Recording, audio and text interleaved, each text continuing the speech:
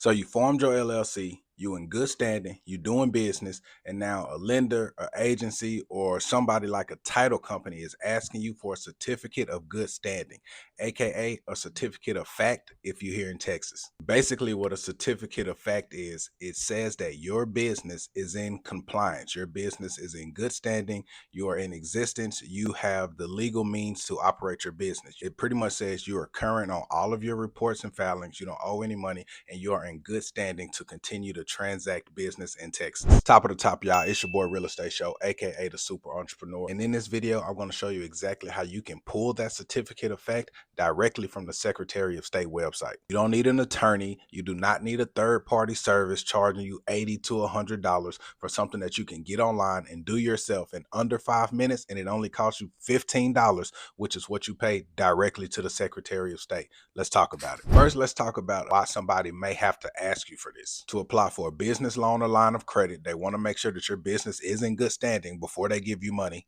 Makes sense, right? To bid on government contracts, if you're thinking about expanding your business into another state, reinstate your business, or open up a business bank account, some banks may ask for this information. And lastly, and most importantly for me and all other real estate investors, you're always going to be asked for a certificate of good standing or a certificate of fact if you're doing real estate transactions. A title company is going to require this if they don't do frequent business with you, all right?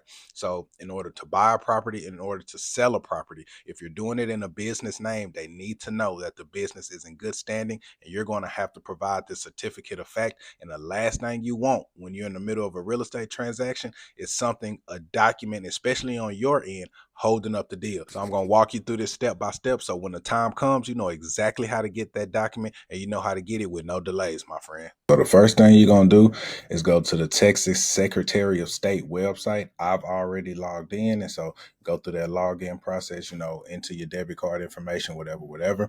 But once you get in, you're going to see this right here, okay? So go to business organizations. Then you're going to go to order certificates and copies. Click on that. Go to order type, and we're looking for a certificate of fact, all right? Fact type, status. This is going to show the status of your business as currently active or inactive, whatever your situation is.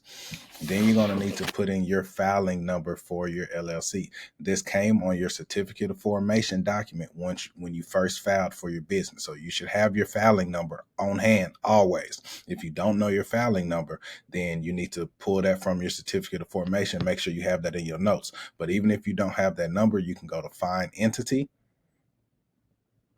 You can just type in your business name. So I know my filing number, but just for the ease for y'all, I'm going to just type it in here. All right. So boom, this is my business, the Equity Jar LLC.